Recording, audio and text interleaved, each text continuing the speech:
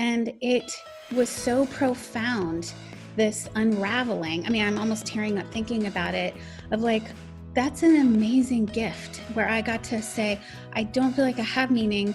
How do I connect with the part of myself that does? And so we start with this basic premise that food can be inflammatory. And then we say the second thing, which is, oh, and then we have to customize, because what might be inflammatory to you might not be inflammatory to me. And then the third thing I do is look at the gut, because the more dysbiotic the gut is, the more chances that food is going to be inflammatory. And then we start chipping away from there. Hi, this is Scott Fulton. Good to be with you again today. Autoimmune diseases are probably one of the most fascinating areas of human health science to study. What makes autoimmune disease so fascinating is that truly they are individual in many respects, but they all tie back to epigenetic predispositions. And once we understand what diseases we're predisposed to, and we understand which are the switches that turn it on and off, and that we have the control and we don't necessarily need drugs to do that, that puts us in a powerful position to make huge strides in our health. I'm really excited to have our guest today, Jessica Flanagan. It's not just that she's deeply knowledgeable, she also has, I think, probably the most effective approach in working with clients to sort out the particular nuances of what's really at the root of their disease that goes beyond perhaps even just diet, but into the other key elements that can play a big role in overcoming or at least working with an autoimmune disease so that you can now start to live a normal life. So without further ado, let's get on to the show.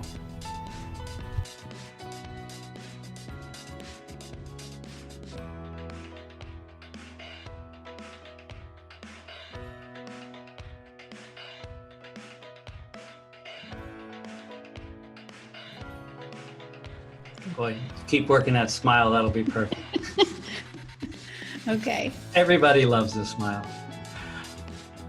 Welcome everyone. We are here today with a special guest. I think we have a really special program because it deals with, I think, one of the most important areas of disease that a lot of people struggle with for a lot of years until they finally, hopefully, get a handle on it. And the key is really, how do we sort these things out earlier? So our special guest today is Jessica Flanagan.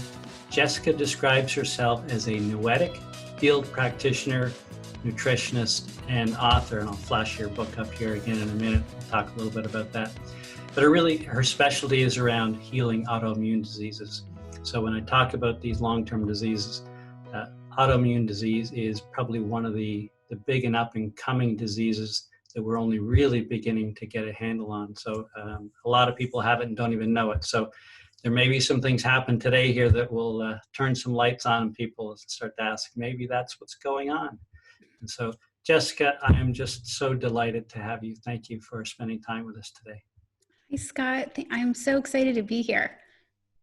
I don't know when, about a year and a half ago, I was trying to think where I came across you, and it just was like, the work you were doing right away kind of caught my attention. And so I've been following, and I just have so much respect for the quality of the work you do, but also your chosen field of work. I think is really honorable. So thank you for that. Thank you. I feel really, I really wake up happy to do the work I do each morning. So I mentioned at the top that you're a Noetic field practitioner. Yes. And I know a lot of things.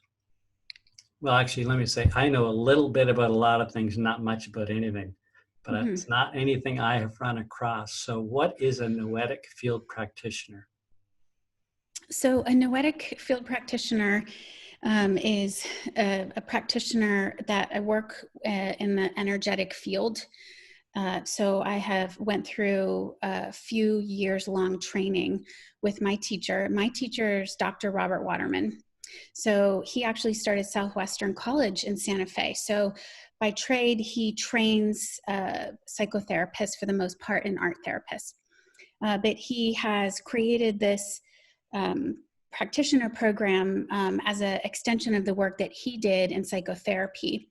And what the premise of Noetic practitioner means is that we have a field around us, and in the field around us, we hold things that we believe, and that you could look at it as stuck energy or frequencies, but that usually they're limiting in some regard.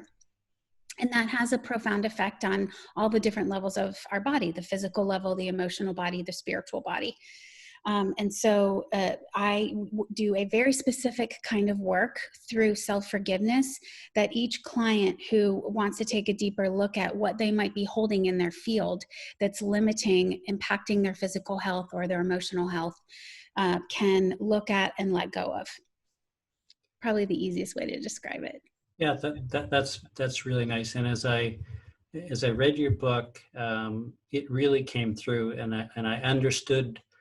I think what it was more by how you approach it and how you speak to the challenges around it. And it was I can see that it. I think probably, and you would agree, it has a big influence on how you approach working with your clients. Is that? I assume it's really core to how you work, right?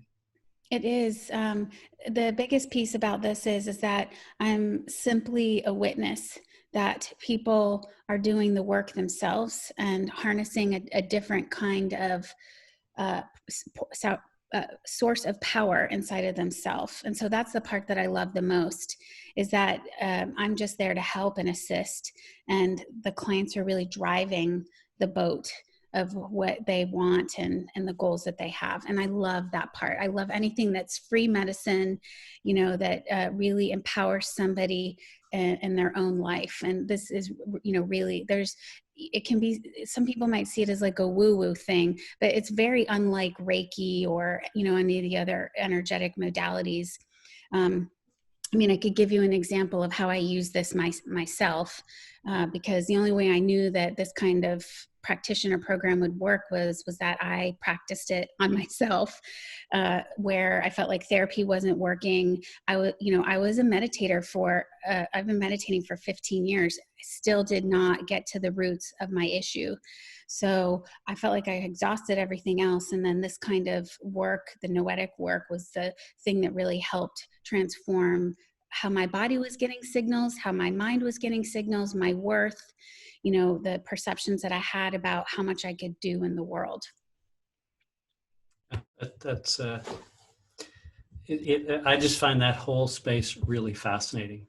And just so people appreciate, that's clearly only one slice of who you are in your approach. You have your background and capabilities are very technical in nature as well. So to me, that's terrific bookends to be able to use. So without going into anything too deep, if you can just kind of give us an intro to the overall approach to autoimmune disease in terms of from the high level around the things that you would look at for somebody around, I guess, from diagnosis and verification, just starting to get to know the lay of the land with a client. Well, along with being a Noetic practitioner, I'm also a clinical nutritionist. So I've been doing that for over 20 years. And I have a specialized form of clinical nutrition where I work in functional nutrition. So where we look at function to find root cause. Autoimmune disease is loss of self-tolerance. So signaling gets broken down in the body, and the body starts attacking tissue. So it starts to see your own tissue as the enemy. Now, science is still trying to figure out why exactly this is happening. We have a lot of clues. So we know that, for instance, leaky gut is a culprit. We know that environmental toxins are a huge, huge culprit. Anything that we could see as messing up the signal of the body knowing who's the enemy and who's not the enemy. That's the premise of autoimmune disease. Right. And so as I've heard others talk about it, they kind of describe it as whether it's self or not self, and it gets confused around what's in its body. Is it supposed to be there or not, right? And eventually, the more it gets overwhelmed, the more confused it gets, which we can all identify with in everyday context, right? Right. Because now we know that there's food antigen cross reactivity and environmental toxin reactivity. And so, there's a question there of like, well, is it the plastic containers that we're eating out of and that little amount of plastic, the BPA that we're getting exposed to, somehow creating a skew in the signal in the body? I'd say that research is kind of saying yes at this point.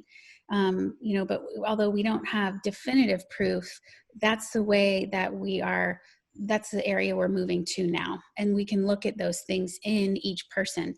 People can do these tests to find out, okay, what's going on that's unique to you?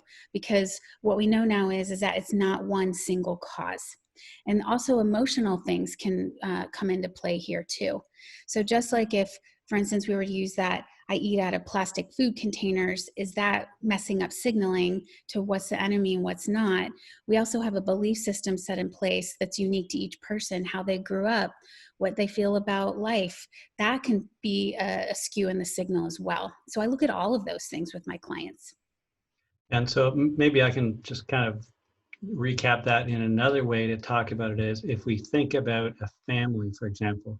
So we have multiple siblings in a family who all share the same gene pool, but yet their experiences growing up were somewhat different. The response to certain stimuli is going to be different.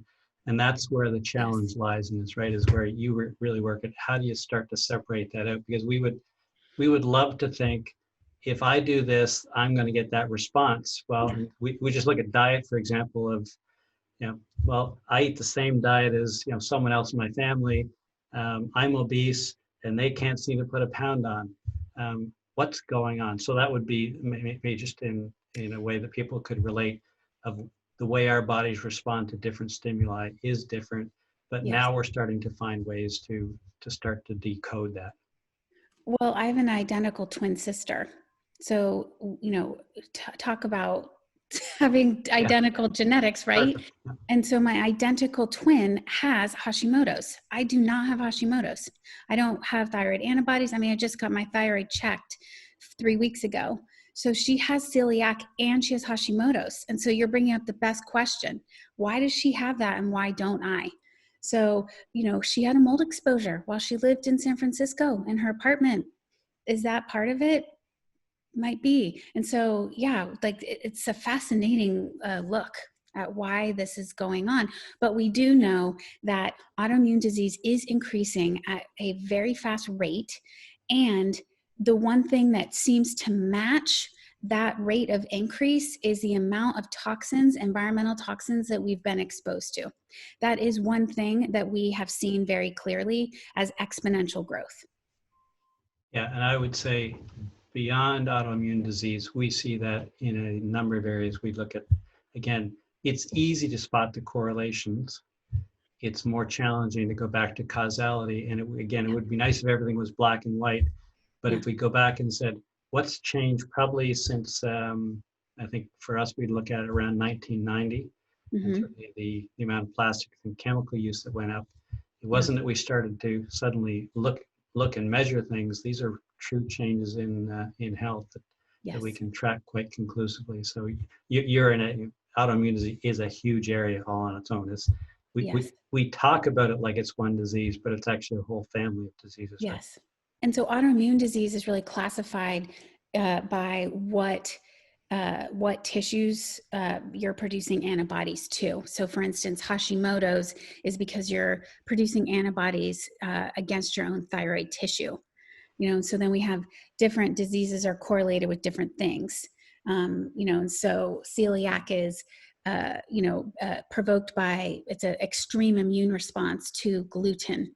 And there's lupus and rheumatoid arthritis, which is the joints, multiple sclerosis. I see a lot of ankylosing spondylitis in my own practice.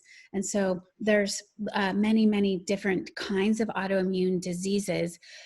So they affect people very differently. They're having very different experiences in their autoimmune disease journey. And the premise of it is the same. It is producing antibodies to tissue, your own tissue. So let's take a look at the traditional approach because which I think you and I have talked before about it. is that uh, a lot of your clients come to you after years of frustration, right? Trying to deal in the traditional mainstream or allopathic medical approaches.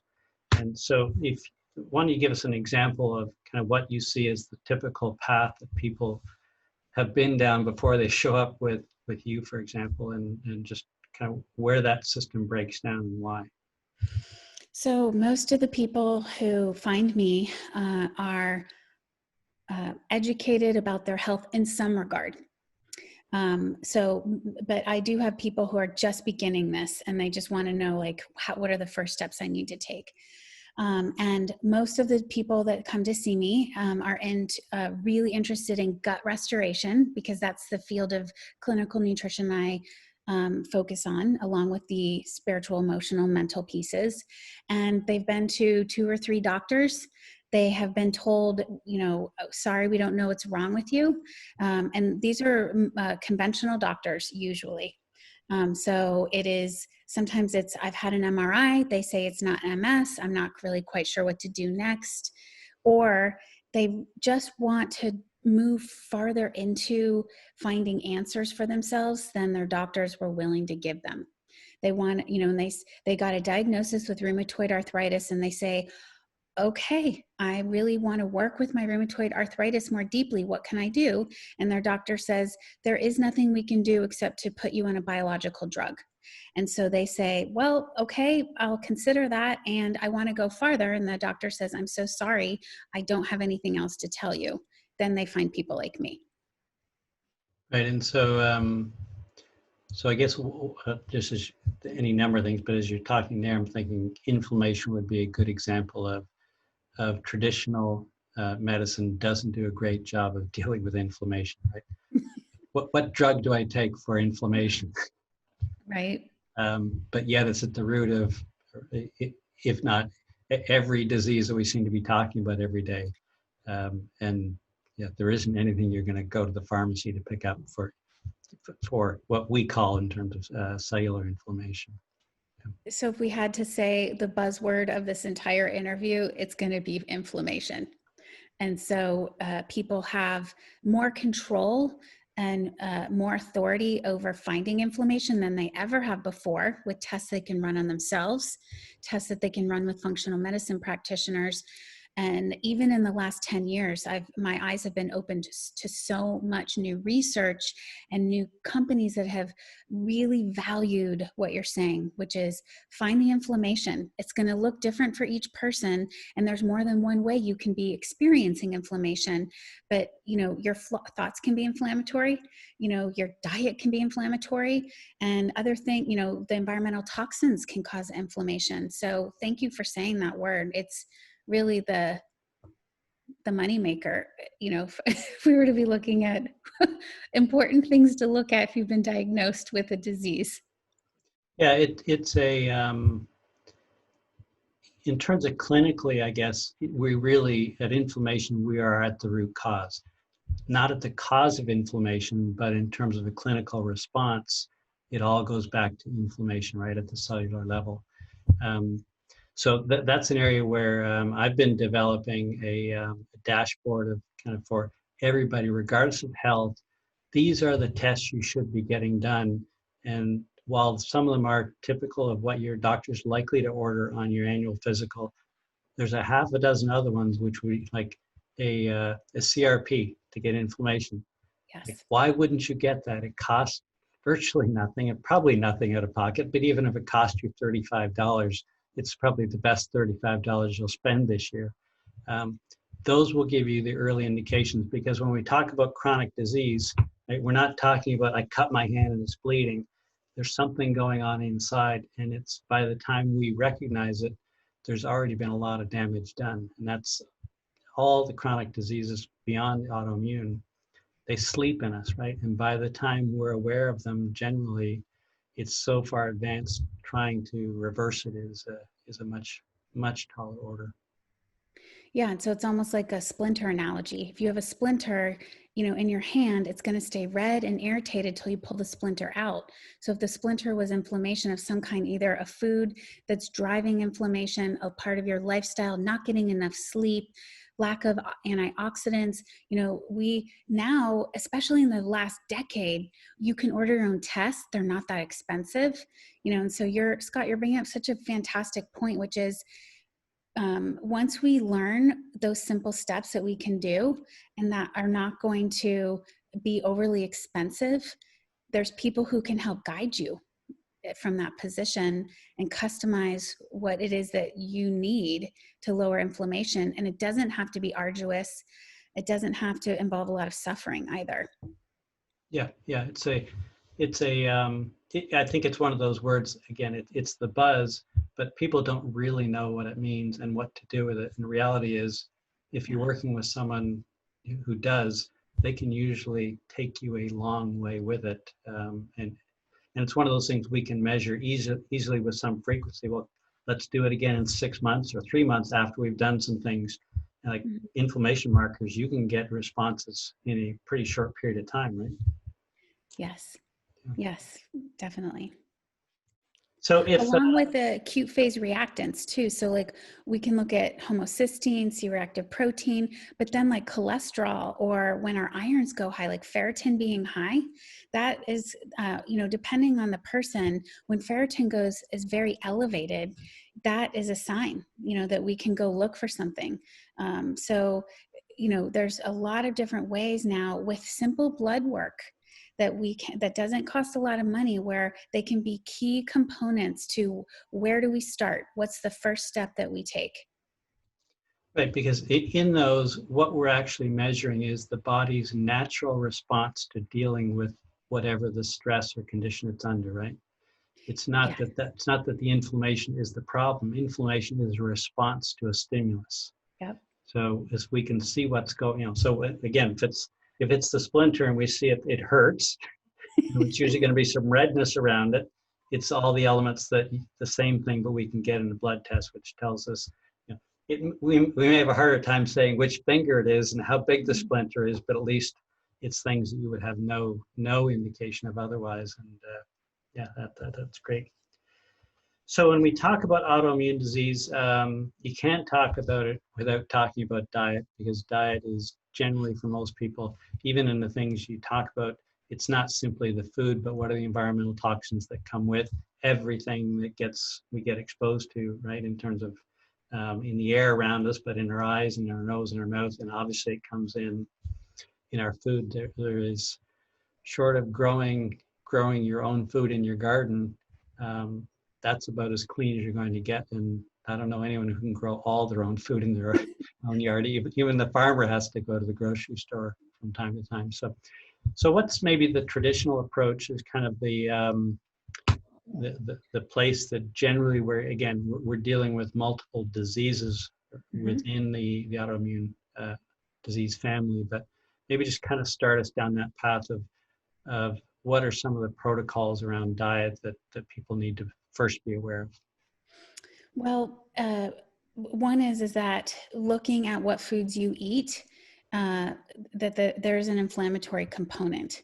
And that a lot of times that's a very customized, individualized a piece of information. So one is that the foods that we eat often will have something that's inherently inflammatory in nature. So we know, for instance, if we were to just start with the ones that everybody knows about, we know that the big five, soy, dairy, eggs, gluten, all of those are the ones that we hear about the most. Those are the ones that we heard about, like, peanuts that our friends might have had growing up. If we take that concept that sometimes food antigens drive inflammation, the same can be true in a broader sense when we talk about autoimmune disease. And that some foods inherently have inflammation products, like lectins in legumes. Those can be inflammatory because they can really mess with tight junctions down in the gut. But then the other thing is that oftentimes what you're sensitive to is not what I'm sensitive to. And so we start with this basic premise that food can be inflammatory. And then we say the second thing, which is, oh, and then we have to customize, because what might be inflammatory to you might not be inflammatory to me. And then the third thing I do is look at the gut, because the more dysbiotic the gut is, the more chances that food is going to be inflammatory. And then we start chipping away from there. Okay, so let's go back and because it's a favorite topic of mine is leaky gut, and just so that everybody understands what that is. And I would argue everybody might as well assume that they have it. It's only a question of to what degree. So can you talk about that in terms of what it is and why it's a problem, and why it's so root cause to a lot of the things we're talking about today? So dysbiosis is essentially, bacteria that should not be there, but then we also have to say viruses, and also parasites that might not, that might be there, that can cause an obstruction to good digestion. It can cause inflammation, so that it makes the tight junctions, like how the walls of the intestinal mucosa come together, leaky. And so that means that, and also undigested food proteins is a huge one. So anytime that we are exposed to any of those things, then that can make it so that the gut can't do its job of complete food digestion, and then also constantly battling against trying to digest food, along with trying to handle parasites that are there that shouldn't be there. Now, I run a stool test called the GI map stool test. It's DNA. And I don't see anybody, I've never run a test where there's not dysbiotic bacteria. It's sort of, from my perspective, part of living in a industrialized world like the United States. But then I also don't see anybody without dysbiosis anywhere else in the world either. In my practice, I work internationally. So it's just something that, from how much we're exposed to, tends to be an issue. And I also feel like the environmental toxin exposure is, chips away at our ability to fight off bacteria in the gut, because it all pulls from the same resource of how much energy does the body have. And so how much energy does the body have is going to have to, it's going to be chipped away from inflammation from our environment, inflammation from all the stress that we have by working so much and driving in rush hour traffic, traveling as much as we do. So that means we're going to be exposed to parasites more. And then also being exposed to antibiotics like we are. So the drug resistant strains in people's guts. I see staph and strep in people's guts more than any other thing that I see on a stool test. We need to wonder, well, why? And wow, isn't that not good? To have staphylococcus in our gut, you're right, it's not good. And it's going to make it so that you have a leaky gut. You're not going to tolerate foods. It's going to make you, more susceptible to things like autoimmune disease. Right, and maybe just to clarify, because whenever we talk about bacteria, it's not that all bacteria is bad, right? So we're talking about a small fraction of the bacteria in our gut, when in terms of what you're getting at, because if we didn't have bacteria in our gut, we wouldn't be able to digest anything. Yes, these are inflammatory driving bacteria. I call them gray area bacteria with my clients, because there are the pathogenic bacteria that we all know about, like Salmonella, E. coli, C. diff. These other bacteria are not generally ever tested by modern medicine. Functional medicine doctors will test for them.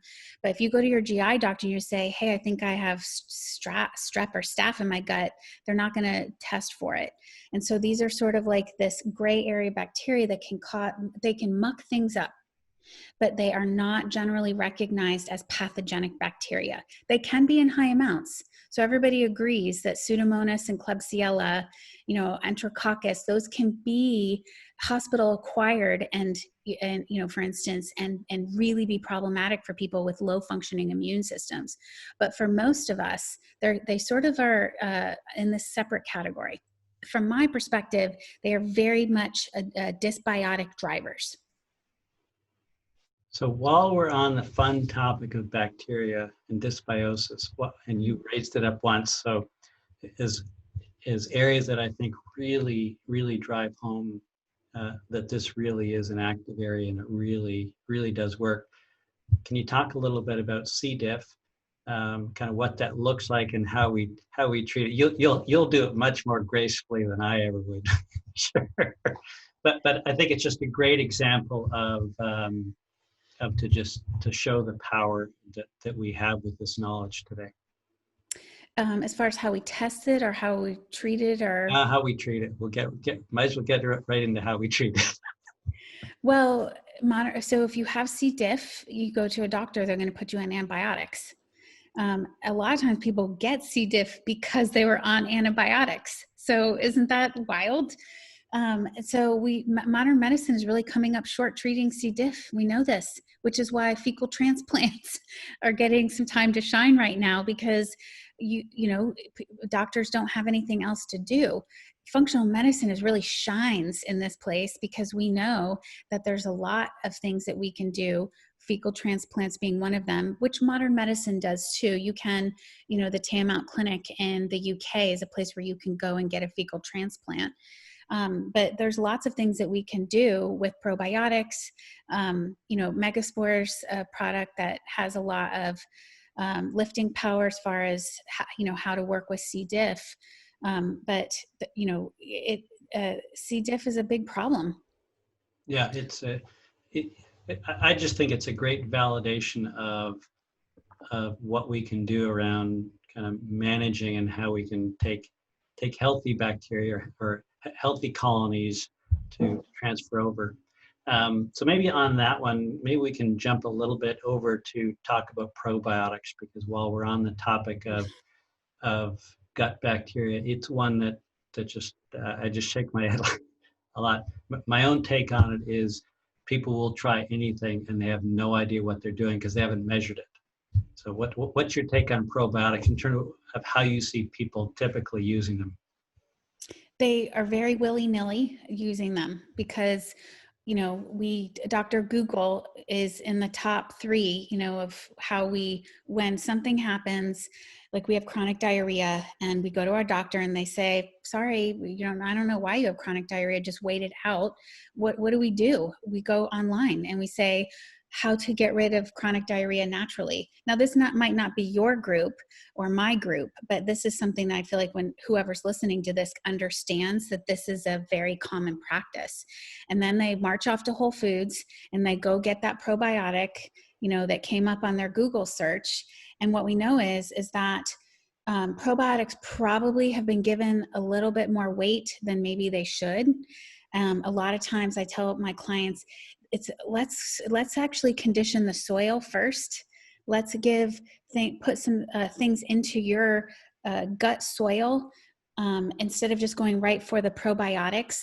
Let's be a little bit more thoughtful. Let's look at what research has told us. And so I do use probiotics quite a bit in my practice, but I'm incredibly selective, and I very much go by the science when I talk about probiotics with my clients.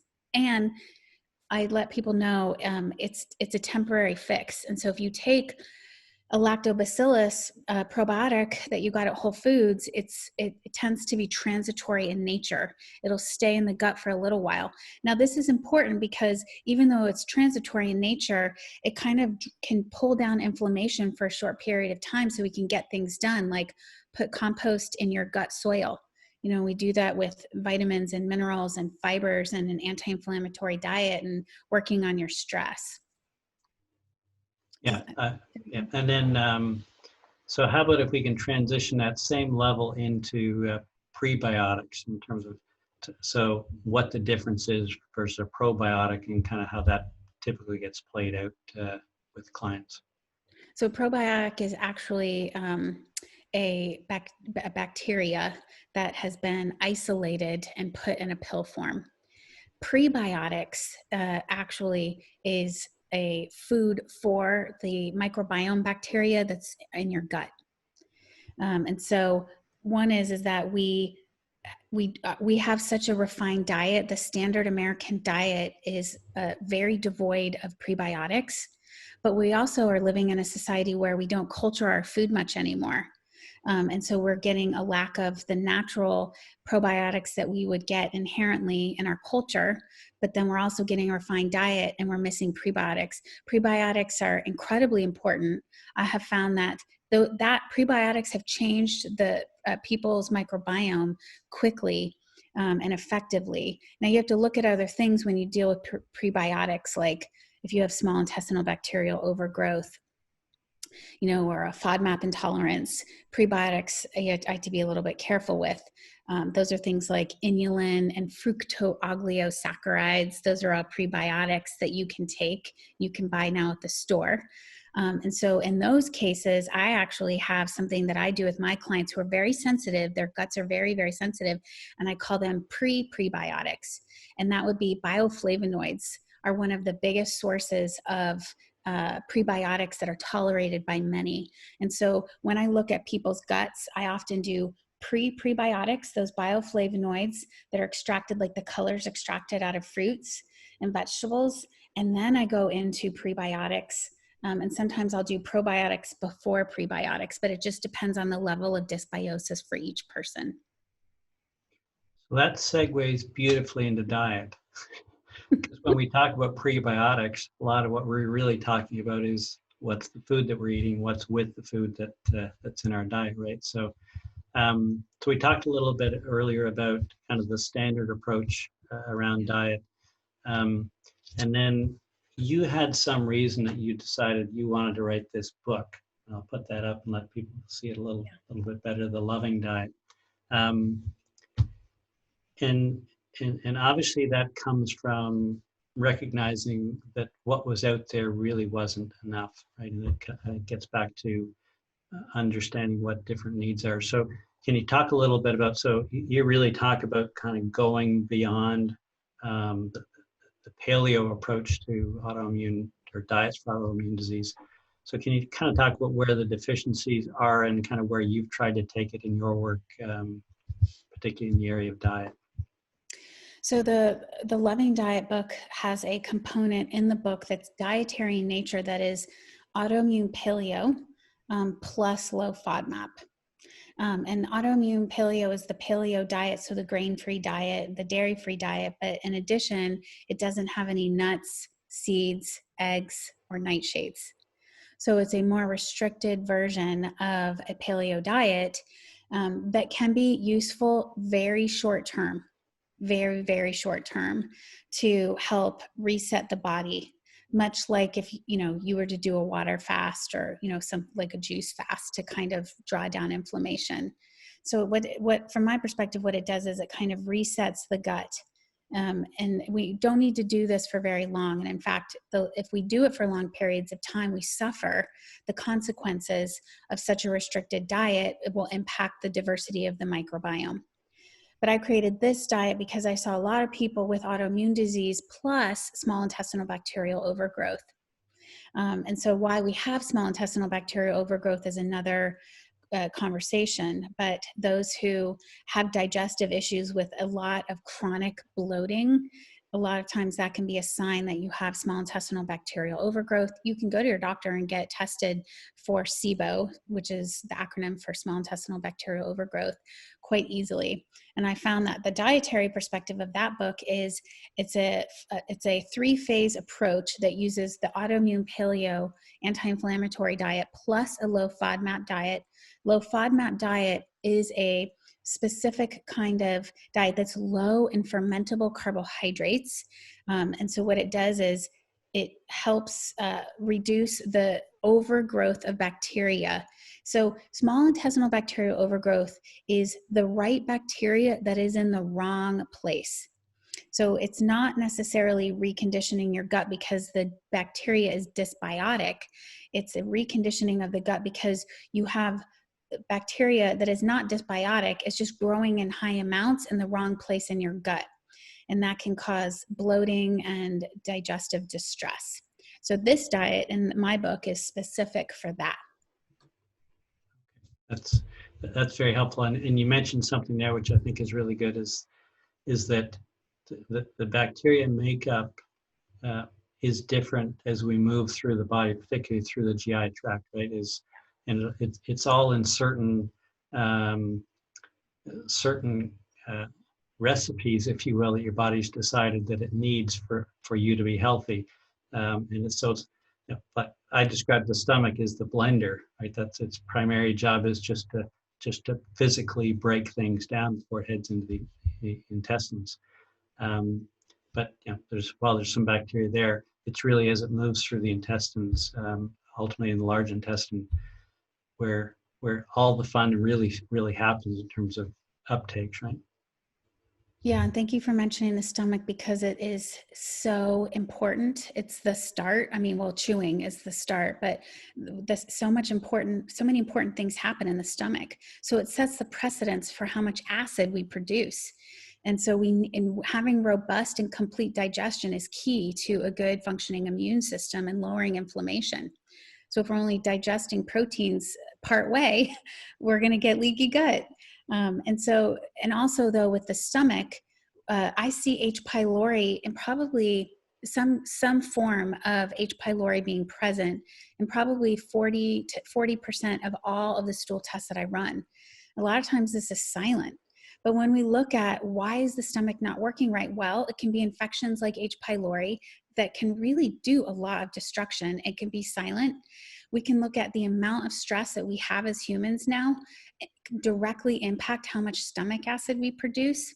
We can look at our circadian rhythms or our sleep cycles that are impacted by all the stress that we're experiencing. That impacts the stomach. The HP axis impacts the stomach. The vagus nerve wraps around the stomach.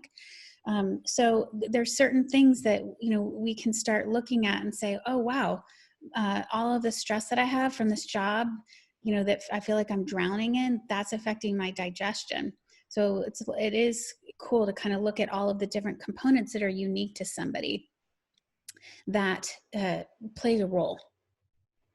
Yeah, and so that kind of brings me back to where we started around the approach of why I think the approach is so foundational to moving forward with this. And I run into it a lot with anyone who wants to kind of talk about longevity. Okay. It's I kind of say, if all you want to do is lose weight to be healthy, then don't bother, because you're probably not going to be healthy and you're probably not going to be able to keep the weight off sustainably anyway. And if you want to live longer and live healthy longer, there's some things that we need to change. And so you and I have talked about this before, and it's the undoing, right? And the longer we've been doing things, we don't even recognize that it would ever be something to address, right? So I think you've kind of opened that place up here. So maybe we can talk a little bit about the great undoing of just how important it is. And I think it's also having another set of eyes to help you, an objective set of eyes, is probably the hardest thing. We can change what we eat, but all of the other things I think are really much harder to undo. So maybe you can talk about what your experience is with that. Yeah, so I would say that the gift in us being faced with challenges in our physical body, whether it's aging or disease, the big gift is that from my perspective, everything that happens to us that it seems like that it's not happy and joyful, that opposes us in some way, everything that happens to us is here to awaken us to something. And we oftentimes, when we ask that question to ourselves, what is this here to awaken us to? It will start, if we're open to it, more vulnerable, it will start teaching us. And when we start looking at staying in the student mind, so it's so cool, like as we get older, I think that we're both more programmed because the grit of life has really challenged us more, but that in some ways, as we grow older, we're more open to using time in our favor. So we're not in such a rush. And in that way, we can open ourselves up to going into the student mind. And this whole idea of undoing is, what maybe have I decided that is from a lack place? What might I have decided about my circumstances that I could undo that isn't really being used in my favor. And that it's a natural course of us being humans and living and being challenged. Like, for instance, a lot of us maybe have gotten fired from a job that, so we don't come unscathed as humans. And when we get unfired from a job, we can say, how's that awakening us to, what is it awakening us to? But then the other question is what have I decided about myself and my life when I get fired? And that's where the richness is, from my perspective, in the undoing, because we can undo if it's a limiting belief, and move into more congruence in our humanness. Yeah, and I think you, in the book, you do a really nice job, I think, as well, talking about seeing disease as your opportunity, right, and to really embrace it, and the things you can learn from it. And I think from I guess, good grounding is, generally with autoimmune, we're not talking about curing anything. Right? We're talking about how do we find a new balance that it can live with us and we can live with it. If I could, I'll just give an example of this undoing that everybody can probably relate to. And so it was an experience that I had where I was required to undo. So my twin sister suggested to me that I go get a pelvic ultrasound, because we are twins, and so we share a lot of our own hormonal imbalances. And so I did. And I just thought I was just going to go get an ultrasound, and I would get my whole protocol down of all the things I needed to do, cleanse my liver, balance my hormones. Okay, well, I didn't get that. I got wow, we just did an ultrasound and we see a lesion on your ovary. And anybody who's hearing this knows you never want to see a lesion on your ovary. And so here I was, just kind of got, slammed by this news, and what meant I have to go down this rabbit hole of getting more and more tests and making sure it's not cancerous. Okay, because ovarian cancer is very serious. And so the first thing I did was get upset and unraveled to a degree, and cried and said, why is this happening to me? And so that happened. So I got in touch with my humanness. The second thing that happened, though, was that I decided that there was something here for my benefit, even though I was terrified and I was really scared, really, really scared. So I stayed with myself, terrified and scared, and I decided I was going to cooperate 100%. That's that undoing. Well, in my process of doing this, of being in a very unknown, scary place, but also cooperating and being open to the gifts that were there for me, one of the things that I realized, and I just realized it like in the shower one day, just being open about this, open to, wow, I wonder what's going to happen next. Is it ovarian cancer? That would suck. That what happened was I realized I don't have meaning in my life. Like I felt like a very strong question come up of like, wow, if I were to have ovarian cancer, did I find meaning? And it was so profound, this unraveling. I mean, I'm almost tearing up thinking about it, of like, that's an amazing gift where I got to say, I don't feel like I have meaning. How do I connect with the part of myself that does? The end of the story is that the ultrasound came back fine. It was something else, like a hemorrhagic cyst or something that went away. But for the 4 months that I was dealing with it, I allowed myself to unravel and to be scared and frightened. And along with doing all of that, I decided I'm going to be really present. I'm going to be with myself scared, but I'm also going to be open that this is coming forward to teach me something and show me something. I wonder what that is.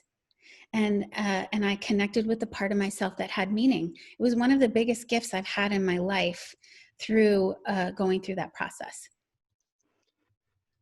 That's profound. There's nothing I'm going to say that can help, other than that's just so right on the mark. And it is one of those things that I see in a lot of ways where the frustration people have of finding their purpose, right? The longer we live, and if we feel that we haven't found it, that's a really, when you come to terms with it, that's a really hollow thing. So to your point, like, be thankful for these things, right? They're gifts. I'll give you this is me being the hard ass, because that's partly my job. I've worked with people with accessibility needs from very early age, and they're some of the happiest people I know. Mm. And someone who in their later years will be miserable because they've got some limited mobility, maybe some limited vision, or whatever it might be, and it makes them miserable. And I really want to just kind of stop and say, do you know how lucky you are to have had so many good years that you just took for granted? Because it's these things, if you are willing to be open, will truly change your whole approach to life. And as any of us who look out and see some people, you wonder, how can they be so happy? And it's because, if you could just lean in a little bit and listen to them, it's really pretty easy. You just need to have a conversation with them. So. There was a study that was done about who's happier, quadriplegics or people who win the lottery. Did you ever see this study? No. Like by a landslide, quadriplegics are happier. Yeah. I have a friend I'm going to have on here who is a phenomenal story, a quadriplegic. It's just a beautiful and unique story, and he's just a tremendous example. So yeah, that's so get in touch with whatever your disease is, love it, and learn from it, right? I think that's so that's not, again, if we go back to kind of what's the conventional allopathic approach, and it's kind of we're in 2020 doing this, and this approach is we got to kill everything, because that's our approach to everything. We got to kill it, we got to wipe it out. So in the world of autoimmune disease, how does that work? Yeah, the fighters and the fixers. The fighters and the fixers is the path of exhaustion. So oftentimes people don't find me until they're so exhausted, and they're like, I'm so exhausted from trying to be healthy. I'm giving up. And so that's where I come in, and I'm like, okay, let's take a different approach. And oftentimes people can't love their illness at first, and it seems very foreign because it's taken so much away from them, and it's very difficult to adjust to a different way that our body functions. What I'd say first is maybe the first question on the road to how can I love my illness is, how can I cooperate with this more? Just simply cooperate with it more, because when we cooperate with things, then there's not as much againstness. And because againstness is a platform of, I know the right way, and this can be very exhausting. So I just wanted to, kind of put that into, because one of the biggest questions I get asked is, you tell me to love my disease. I'm so sorry, but I'm not there yet. And I don't actually know what you're talking about. And so I say, oh, you don't have to love it. You just, what would just be different if you just decided that there was something here for you in this experience that's very challenging, and, and how could you cooperate more? That's something that people can take that first step. Yeah. It's easier to love when you're looking in the rear view mirror a few years. Right? Yeah. You've been able to displace it with some things. So I don't think I answered your question. My apologies to that. I took a little. Oh, that's okay. We're here to have a conversation. This isn't a test.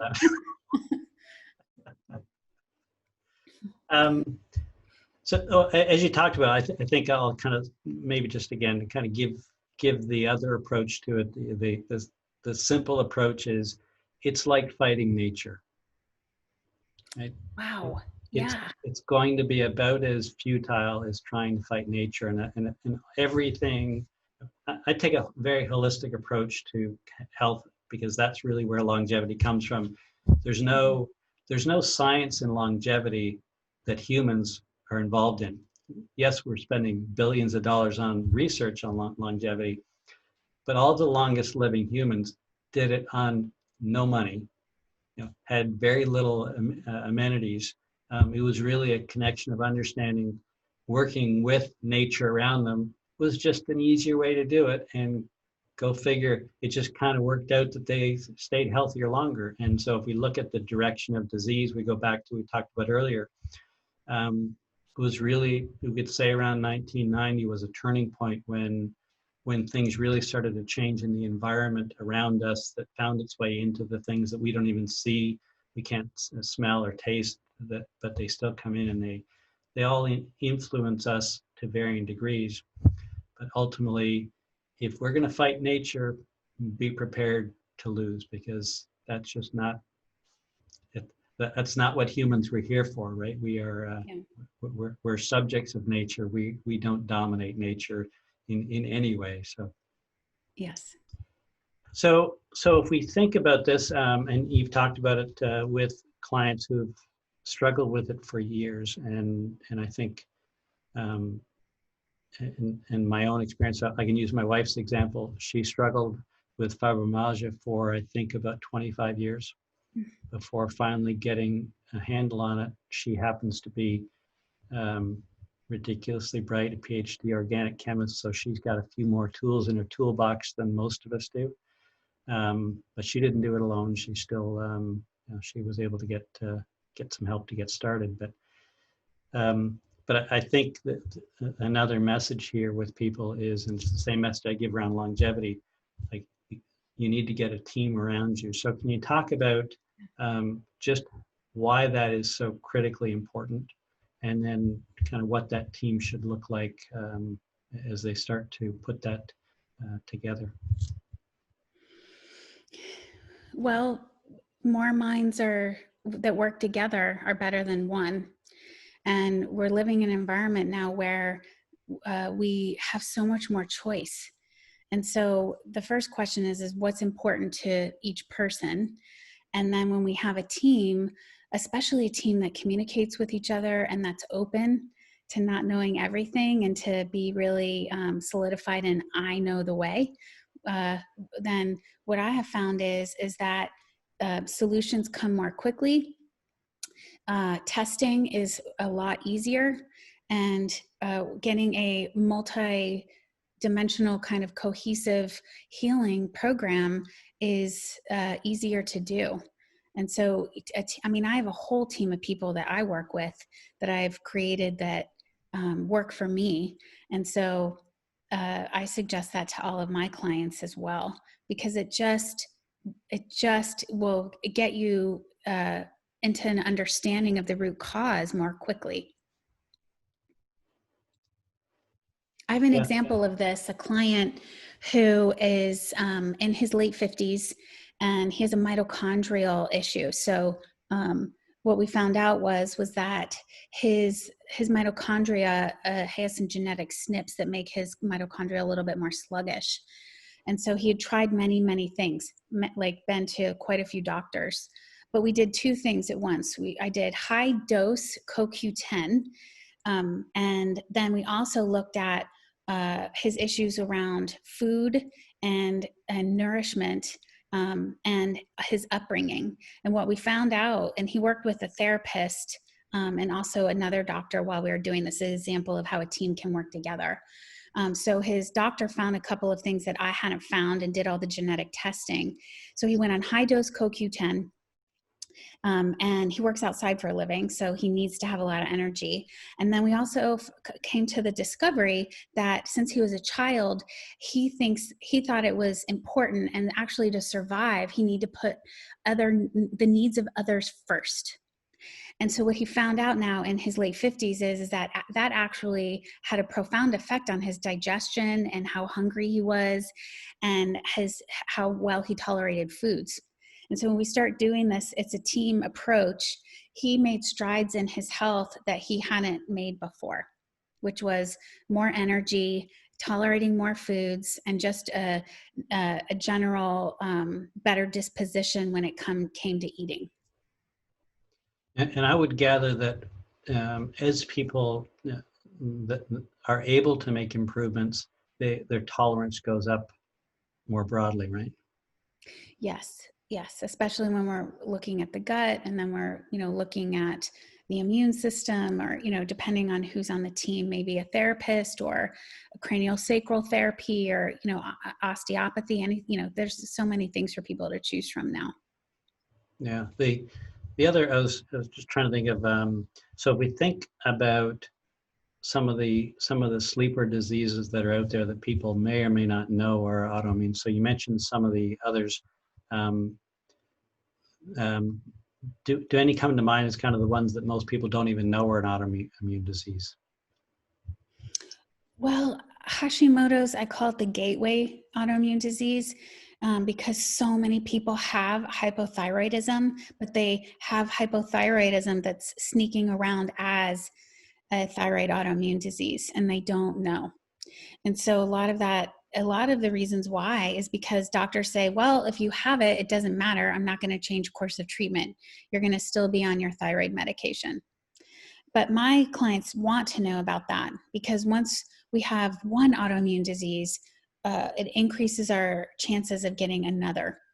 And so we want to know, what are the gate openers? And thyroid tends to be one of the ones that I see that really opens the gate. There's other things that people can do, remembering that there's 3 stages of autoimmune disease. One is where it's totally silent and we're just producing antibodies and there's nothing awry. The second is that we start to feel a little off, but we're not really sure why. It's not a full-blown disease. These are the people that go doctor shopping and their doctor says, I don't know why you're getting all these symptoms, but you don't have a disease. And then the third stage is actual, damage and being diagnosable. Cyrex Labs is a fantastic lab that really looks at, they have an antibody panel that I have found to be really useful. I don't have an account with them because I'm not a doctor, but a lot of the doctors that my clients go to run a Cyrex panel that will start to help them uncover what might be coming down the pipeline. How can I look at my gut from a different vantage point, which is, inflammation, it's taken on a whole new role. Better get that down, because I don't want these antibodies to my cerebellum, for instance, to graduate into anything different. So I want to, and how we do that is by lowering inflammation. Lowering inflammation can prevent us from moving into a disease state. We cannot reverse autoimmune disease, but we can put it in remission, and we can lower how much our body is attacking self-tissue. And I assume it's fair to make the extension from that to say that if our body is fighting its own tissue and driving up inflammation, it's inevitably going to raise the risk of other diseases like cancer, right? Because high inflammation, regardless of the source, is going to have a lot of collateral damage beyond the initial cause of it, just as a result of being there, right? It's interesting because I have a friend who has MS, and she was diagnosed with a very aggressive form of breast cancer. And they're actually studying her now because her story is so interesting. And what happened was that the overactivation of her immune system actually encapsulated the cancer, and they were able to remove it, and it did not spread throughout her body. And they had never seen that before. And the reason why was because her immune system is so overactivated that it got on top of handling the cancer and encapsulating it. And so, that is a very good issue. And it got me fascinated with, what does this mean? So I don't know. I don't know the answer. That's interesting. It almost sounds like macrophages on steroids. Right? Yeah. That I've never heard of anything like that. But again, any of these things could potentially be the breakthroughs to new therapies for cancer and anything. But as much as we know so much more in the last 10 or 15 years around this, and in another 10 or 15 years, we're going to know a lot more. But as you talked about it, the one thing that the voices that play in the back of conversations that I hear is a lot of people put them down to, well, I guess that's just what aging is, and I'm getting older. And reality is, only if you allow it to be, right? These are things that absolutely are part of you. your vulnerability only goes up as you age, but that doesn't mean you can't intervene or certainly manage a lot more effectively. Yeah, there is a holistic a functional medicine doctor. Her name is Kat Toops, Dr. Kat Toops. She would be great for you to have. And she reversed her early onset dementia. And she was in her 50s. And she's publishing a book about it. And so it's like, oh my gosh, that is so amazing. And she did it through the principles like what we're talking about here. How to stop inflammation, like years and years and years down the road. So we can do it. We can do it. It's amazing. We're seeing people show that we can do it. Aging does not have to be what we thought it was. Yeah, I would almost argue that people should know what their blood pressure is, what their cholesterol level is, and they should know what their inflammation marker is. Because if you don't know that, then you're just missing out on something that's going to have any number of effects in future years that's totally manageable. And that's as we talk about, I was listening to a geneticist talk the other day, and really around dementia and Alzheimer's specifically, but it's really around our understanding around this is so much stronger now. It's her comment was it's about 2% genetics and about 98% epigenetics, which all goes back to the diet and our how we respond to the environment that we subject our bodies to. And it always comes back to me around, it's always the same answer, right? We all have subtle differences around from a diet standpoint around how to tweak it. But in the big picture, most of us, like, the answer is somewhere in here for all of us, but most of the world is out here somewhere pretending they're close, but they don't even know what, like, there's lots of room within the space of the diets that we talk about. I think that you would prescribe and try to tweak with people. These are not overly prescriptive diets, in spite of what. No, in fact, the Mediterranean diet and even primarily plant-based Mediterranean diet is something that everybody has access to finding out for free. And the big thing here too, Scott, that I love that we're talking about, and you embody this as well as me, is the hopefulness that it might seem harder than it needs to be, but that we are really uniquely positioned, being in the year 2020, to have a lot more information. And so I feel like we're people who take that information and make it into a hopeful message, not like a negative or a lack message.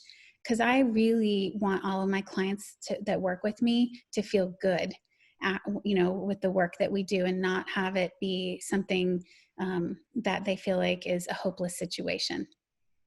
Yeah, and I think for all of us who have a few decades under our feet, we've heard about different diets over the course of our life, and a lot of people have kind of tuned it out. But a lot of that was that's what science is, right? We put theories out, we test them, we discover, and all that was totally wrong. We allowed the loud person in the room to kind of dominate the conversation, or more often it was actually just the marketing machines were out there were just so loud that no one bothered to actually listen to the doctors who were doing the true research. But yeah, the things you and I are talking about are certainly around diet, have been around for 40 and 50 years. They were just the whispers in the corner of people who've been doing good work and continue to do work by others. And it's now finally got the momentum. If you haven't going to the blue zones, going to the blue zones and like interviewing people who are genuinely happy and connected with their community, and and just we can embody that, even though we live in a world, and in America, where it's maybe a little bit harder to do. We also have more resources, so we can use those resources to our advantage, like you mentioned about growing our own food. Yep, that's one of the I understand that has been a significant bump this year in terms of the number of home gardens. The seed producers are all sold out. They all sold out early.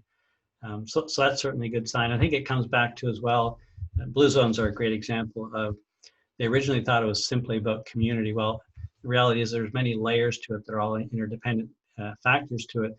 But if you're in a supportive community who's doing the same things, I describe it as the smoker. If you're the only smoker in a house and you're trying to quit, compare that to being the smoker. Everybody in the house smokes and you're trying to quit, right? So that supportive environment you're around is that which you would look at, I'm sure, is what are all the other factors around you that are competing against your wellness? Yeah. Yeah. So I think that's been a really nice discussion around a very complex disease. Hopefully we didn't go too deep into any of it, other than to understand that there's significant expertise required to do this. Wouldn't suggest anybody tried to do it on their own. But yeah, I think your advice around getting a team around you, I think there's things around the diet that are obviously very manageable. So Jessica, how do people get a hold of you if they want to reach out to you? How do they find you?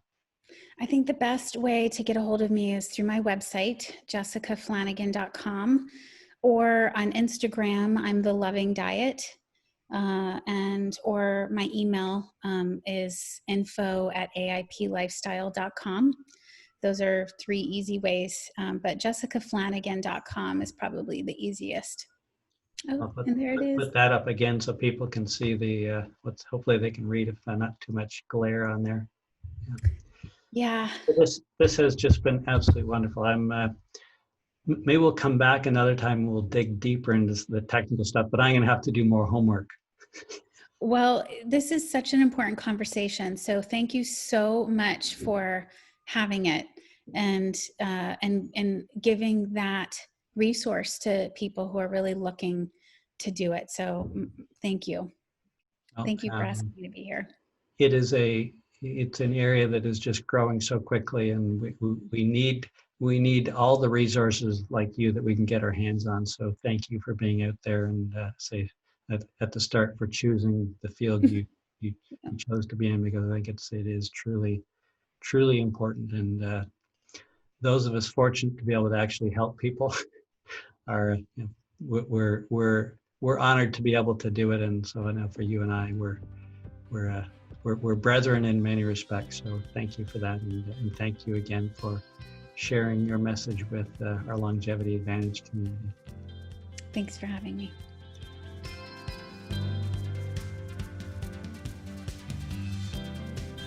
I am truly honored to welcome you to the Longevity Advantage community. Thanks for sharing time with us today. Lots of videos here on the Longevity Advantage channel that you can check out, and be sure to hit subscribe, and that way you'll get notified when we release a new video and you won't miss a thing. Until next time, be well, my friends.